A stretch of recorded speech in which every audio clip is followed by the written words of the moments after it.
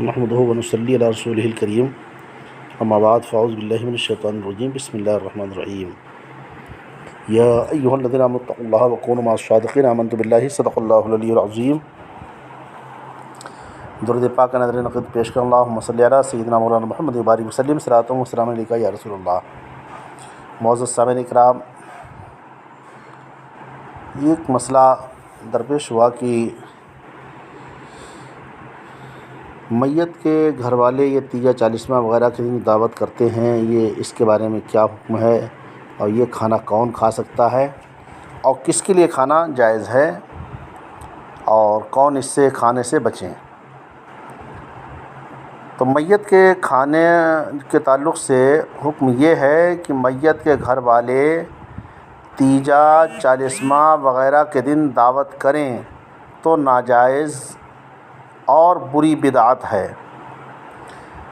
शरअ में दावत खुशी के वक्त है, ना कि गम के वक्त, लेकिन अगर फ़कीर मोहताजों को खिलाएं तो बेहतर है।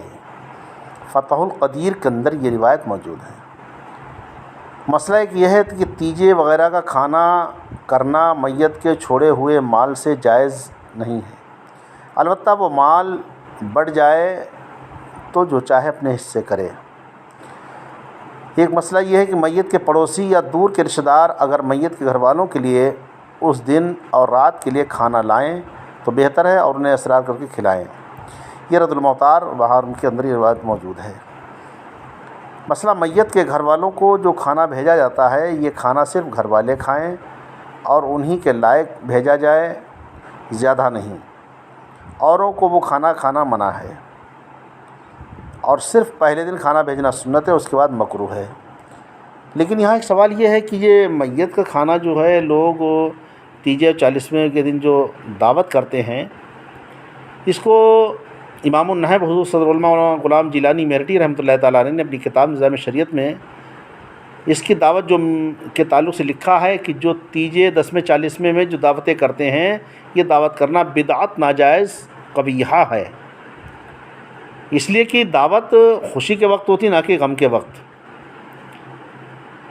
अब अगर कोई ये हक़ जो है गरीबों, यतीमों, मिस्किनों का है और खाना जो उस दिन खिलाया जाता है, तीजे का दिन हो या 40वें का हो या 20वें का हो, उस दिन जो खाना पकता है, जो बनाया जाता है खाना, वो मुर्दे के एसाले सवाब के लिए किया जाता है।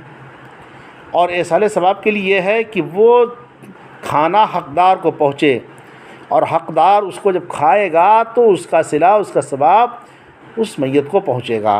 अब अगर कोई बड़े पेट वाला गरीब मालदार आदमी कोई हो और वो उस खाने को खाना चाहे या वो खाए, तो उसका हक़दार तो है नहीं। जब उसका हक़दार नहीं, तो हक़दार को हक़ नहीं पहुँचा तो उसका क्या उसको सवाब मिलेगा। हाँ, अलबत्ता अगर मैयत के घर पर बाहर कोई रिश्तेदार आए हैं या घर वाले जो उस काम में लगे हुए हैं, तो ज़ाहिर सी बात है वो लोग तो उस खाने को खाएंगे, उनके लिए उसमें कोई कबाहत नहीं है।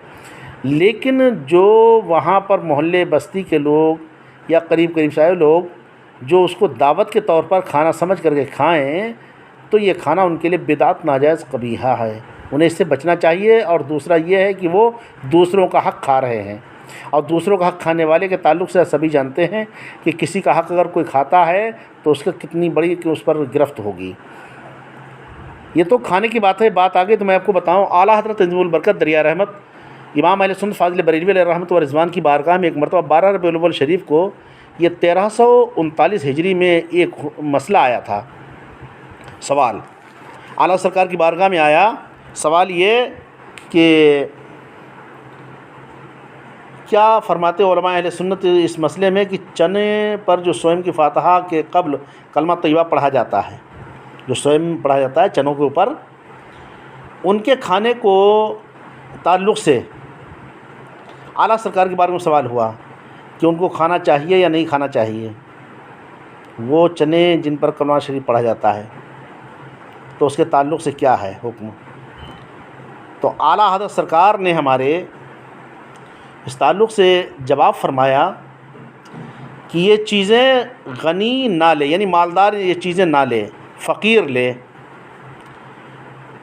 और वो जो उनका मुंतज़िर रहता है, अब जैसे कोई हो और सोचे कि हम तो इसके मुंतज़िर इंतज़ार करता हो कि कहाँ में कहीं स्वयं हो, फिर वो हमें चने मिले हम खाएं, और वो उसका हक़दार भी नहीं है, तो जो उसका मुंतज़िर रहता है उसके मिलने पर वो खुश होता है, तो उसका क़ल्ब सियाह होता है। देखिए कलमा शरीफ पढ़ा हुआ चना है। लेकिन अगर कोई उसके मिलने पर खुश होता है और उसका मुंतज़िर रहता है कि हमको मिले चने, तो अगर वो उसका हक़दार नहीं और खाता है तो उसका क़ल्ब सियाह होता है। इसलिए चने जो है वो फ़कीर लेकर ख़ुद खाए, गनी ले ही नहीं। और ले लिए अगर हो किसी गनी ने, तो हुक्म यह है कि तो वो मुसलमान फ़कीर को दे दे ताकि वो खा ले। तो जब चने के ताल्लुक़ से जब ये मसला आ रहा, सरकार ने इसका जवाब ये दिया है, खाना वगैरह जो बनता है वो मैयत के असले सवाब के लिए बना, उनकी रूह को सवाब पहुँचने के लिए। अब बड़े बड़े मालदार लोग जो करीब के रहने वाले, पास के रहने वाले हैं, और वो आएँ, वो मुंतज़िर रहें कि मैं खाना ये खाऊँगा, मेरे लिए जायज़ है, मैं जायज़ या नाजायज़ का मसला लेकर के बैठ जाएँ, तो देखिए ये कोई बहस की बात नहीं है। अब अगर कोई मुल्ला जी अगर अपने लिए इसको जायज़ करना चाहते हैं कि ये खाना जो है फ़कीरों वाला जो है वो हम खाएँ, तो ये तो अपनी किस्मत की बात है यार। कोई फ़कीरों का खाना खाता है, कोई गरीबों का खाना हक़ खाता है, कोई यतीमों का खाता है, और जो हक़दार लोग हैं उन तक नहीं पहुंचता है, तो खुदा की बारगाह में तो उनकी कितनी बड़ी गिरफ्त होगी, ज़ाहिर सी बात है। इसलिए मैं अपने उन लोगों से ये गुजारिश करूंगा कि जो घर से अपने मालदार हैं और पैसे वाले भी हैं, अल्लाह ने उनको क़ुव्वत दी है, साहिब निसाब है, मालिक निसाब भी हैं, वो लोग इस चीज़ से थोड़ा ध्यान रखें और ये खाना हक़दारों को खाना खिलवाएँ। हाँ, अलबत्ता किसी बुज़ुर्ग की फ़ातिहा हो, किसी अल्लाह वाले की नियाज़ हो, उस खाने को खाना वो हमारे लिए बाइस बरकत है, वो हमारे लिए तबर्रुक है। अलबत्ता अगर आप किसी फ़ातिहा में बैठे, किसी के 30, 40, 20 में, और अगर वहाँ पर कोई फल फ्रूट या कोई आपको देना चाहता है, तो आप उसको इस नीयत से खा लीजिए कि बतौर तबर्रुक के आप उसको खा लें। इसलिए कि उन बुज़ुर्गों की फ़ातिहा हुई, तबर्रुक की नीयत से कुरान पाक की तिलावत की गई उस पर है, तो तबर्रुक की नीयत से आप उसको एक तबर्रुक समझकर थोड़ा खा लें, ये तो ठीक है।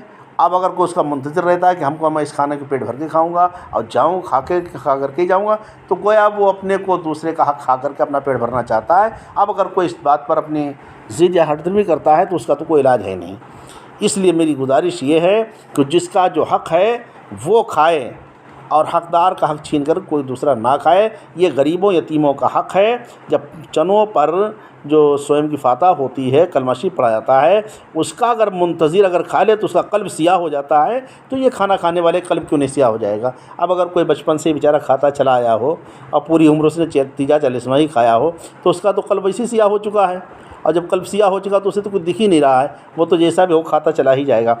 इसलिए किसी का हक़ ना खाइए। परवरदिगार आलम की बारगाह में दुआ है, मौला तबारक तआला हम सब को हक़ बोलने, हक़ सुनने, हक़ पर अमल करने की तौफ़ीक़ अता फ़रमाए, और हक़दार का हक़ पहुँचाने की हमको तौफ़ीक़ रफ़ीक़ अता फ़रमाए। दरमियान मुझसे बोलने गलती से माफ़ फ़रमाए। अस्तग़फ़िरुल्लाह रब्बी मिन कुल्लि ज़ंबिन व अतूबु इलैह। व आख़िरु दावाना अनिल हम्दुलिल्लाहि रब्बिल आलमीन।